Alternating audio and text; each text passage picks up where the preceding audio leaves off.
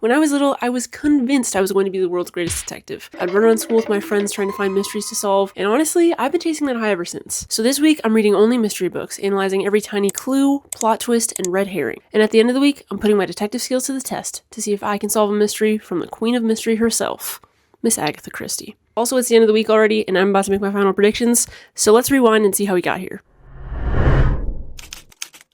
I wanted to ease myself into this challenge, so instead of starting with a whodunit, I read a thriller mystery called We Solve Murders by Richard Osman. It follows a retired cop and his daughter-in-law who's a security guard for a famous author, and the three of them end up having to, you guessed it, solve a murder. My goal with this book was to just read it through, see how it played out, and get a feel for the mystery genre again before trying to actually solve anything myself.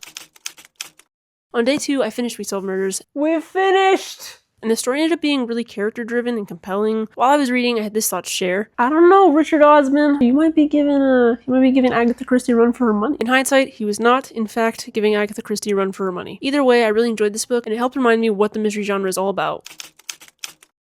Day 3 is when I finally began to step into the role of amateur sleuth. I picked up Benjamin Stevenson's Everyone in My Family Has Killed Someone, and I was not expecting the ride this book was going to take me on. Yikes, yikes, yikes, yikes, yikes. It honestly seemed like Stevenson was trying to help me out, because the first 2 pages of this book contained valuable information that would help me solve the Agatha Christie novel later, but we'll come back to that on day 5. Since this was the last book before I tried to solve a mystery myself, I want to take this as seriously as possible, so I started taking notes on clues and basically every major plot point in the book. This book is more of a typical whodunit, and the narrator actually tries to copy the style of mystery authors like Christie as he brings you along to solve the mystery. And it shows because this is one of the most well-written mysteries I have ever read. I tore through this book, which brought me to... By day 4, I had made a bunch of predictions on what I thought the final twist would be and how every character fit into the novel. After that, the only thing left to do was finish the story and see if I was right. That was crazy.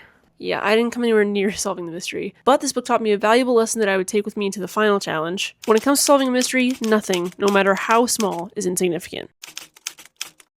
Everyone, today is the day. As you can see, I have next to me what will soon become a beautiful evidence board. First of all, though, before we get to Miss Christie, let's circle back to this book. 5 stars. Everyone in my family has killed someone. He kept true on his promise. However, more importantly than this book being an incredible work of fiction, it has given us an important clue that will help us as we try to solve this mystery. That's right, folks. We're not just solving any Agatha Christie mystery. We're solving her first mystery. And lucky for me, this is also my first attempt at solving a mystery. So hopefully, me and Poirot will be neck and neck here. Something tells me that's not the case. Today's day 5, which means we have 3 days to not only read this novel, but also solve the mystery. Normally, I would try to look up what chapter the big reveal occurs in, but obviously I have to avoid spoilers, so I think I'm just going to play it by ear and try to solve when we get to the last few chapters. I'm assuming there are plenty of red herrings, and we have our helpful list of the 10 rules of detective fiction. Thank you, Benjamin Stevenson, for reminding us of these. Okay, I'll explain what these are now. At the beginning of this book, there's a list of the 10 commandments of detective fiction, which authors like Christie would use when writing their novels, and which I can use to help me solve this mystery. Without further ado, let's get into it. So, I changed to my detective clothes and started reading.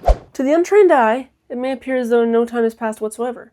However, a sleuth would recognize that 1. My outfit has changed, 2.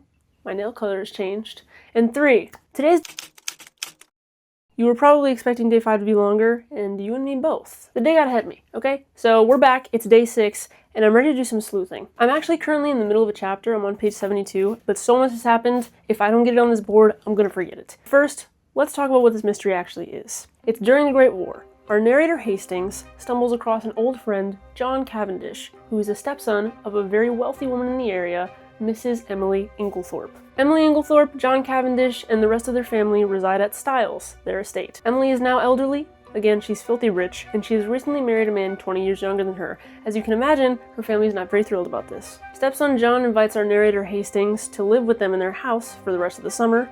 He obliges because he's just gotten back from the war, and a few days after he arrives, the family finds Emily having strange convulsions in the middle of the night, right before she eventually dies. Immediately, Hastings assumes she's been poisoned and invites his old friend Hercule Poirot to solve the mystery. Little did he know, Desiree Coto was going to solve the mystery first. Or I'm going to try, at least I'm not super confident in my ability to solve. Anyway, first thing that's got to go up on the board is our suspects. According to command number 1 of the 10 Commandments of Detective Fiction, the criminal must be someone mentioned in the early part of the story, but must not be anyone whose thoughts the reader has been allowed to follow. Which leaves, first up, John Cavendish, or JC as I like to call him, our victim's stepson who stands to gain her estate when she dies. LC, JC's younger brother, used to be a doctor but now pursues literary interests, meaning he writes bad books and makes no money. he also stands to gain a considerable inheritance. Mary Cavendish, JC's wife, who I'm not sure what she stands to gain, but I do know she was reported to have gotten into an altercation with Emily the night before she died. Evie Howard, the groundskeeper of Emily's estate and close personal friend. Evie actually leaves the estate before Emily dies because they get into a big argument about Alfred Inglethorpe, Emily's new fling, who's 20 years younger than her, who her entire family hates.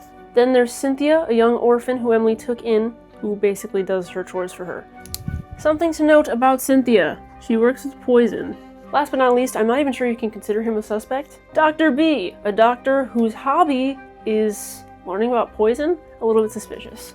It's also important to note that Dr. B and Mary Cavendish are very clearly having some sort of affair. I think that Agatha Christie wants us to think they're having an affair, but I'm not ready to believe that they're having one yet. Maybe they collaborated on the murder. I don't know. Next up, let's look at the clues we have so far. Emily died around 6 a.m. after convulsing for about an hour. We know that she drank coffee between 8 and 8:30 p.m. the night before. Was the coffee poisoned? We're not necessarily sure. Upon investigating her room later the morning after her death, Poirot has found spilled candle grease that hasn't been traced yet. In Emily's boudoir, I think. He's found this note written on a random scrap of envelope. I don't know what it means, but I know that I will. Yeah, so this goes on for a while as I explain every clue Poirot has found, but if I go over them all now, I won't have any time to actually solve the mystery. So this is all the information we have so far, about 4.5 chapters into the book. But for now, I think all that I can really make of this is to keep reading and see if I can connect some dots. A few hours later, I came back very suspicious of both Mary and her brother-in-law Lawrence, and had this to say. I never thought it was Alfred, because that would be too obvious. The person that they set up at the beginning is not going to be the guy. He has an alibi that can be confirmed by multiple eyewitnesses, which means Alfred is in the clear. The good thing is I have all day tomorrow to work through these clues and whatever else is in this book and come to a decision before I read the big reveal. Hi, I'm back. It's me from the intro. I'm going to cut straight to the chase. I've encountered a bit of a problem. I may have accidentally read too far. I know, you're thinking, Desi, the whole point was that you solved the mystery before the big reveal. I don't actually know if the big reveal's happened yet. I will say somebody has been arrested for the murder of Miss Emily. But there's still like 50 pages left in the book, so I don't know how that's going to unfold. I have a sneaking suspicion that the person that they've arrested is not the actual murderer, but Poirot seems to think he is. So, to be fair, I'm going to give you the predictions that I would have given last night if I hadn't read up to this point. Then I'll say who's been arrested, what's happened up to this point, and then I'm going to finish this book. If I were going to go off my predictions from last night, I would have said that Mary Cavendish, along with an unknown accomplice, had killed Emily in the middle of the night to ensure that her and her husband JC were given a good portion of the will. I don't know how necessarily, but that's what I would have said. However, that leaves the gaping plot hole of Lawrence, who's been acting weird this entire time. I'm almost positive he has something to do with it. If I were to make my final predictions, I would say that with the help of Dr. B, Mary Cavendish and Lawrence together killed Emily. The problem is that this doesn't make sense. Knowing what I know now, I don't think I'm correct. I still think Mary had something to do with it. However, Dr. B, we should have been suspicious of him, yes. And he's also been arrested. For the murder? Nope. Because he's a German spy.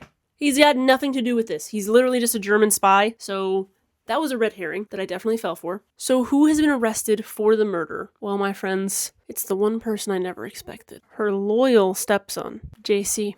I know, try to hold your shock. However, I have not read past the knowledge that he's been arrested. There's still 3 chapters left in the book, and because of that, I'm suspicious that he's not the real killer. But there's something I haven't been telling you guys. From the very beginning of the novel, something has been nagging at me. It was a throwaway line in the first few chapters of the book. Surely it couldn't actually mean anything. At the very beginning of the book, Cynthia, who works in a hospital dispensary and handles poisons, said this: "If you people only knew how fatally easy it is to poison someone by mistake." But that doesn't make sense. There's so many clues here that point to something else. Emily must have been murdered. The police have decided that, Poirot's decided that, our narrators decided that, but I haven't. So in a last Hail Mary attempt, I'm going to finally predict Emily wasn't poisoned. She wasn't murdered by some cold-hearted killer. Our dear Emily was poisoned by mistake. That's it. That's my final prediction. I don't know how, I don't know who. I just know that she was poisoned by mistake. With my final prediction out of the way, there was only one thing left to do. Change into some comfy clothes and see if I was right. What, you didn't think I was going to tell you how it ends, did you? I'll at least tell you this, I was not even close to being correct. As for the little girl who always wanted to be a detective, well, I think I still made her proud. but I think it's finally time to hang up the detective clothes and put this book on the shelf. For now.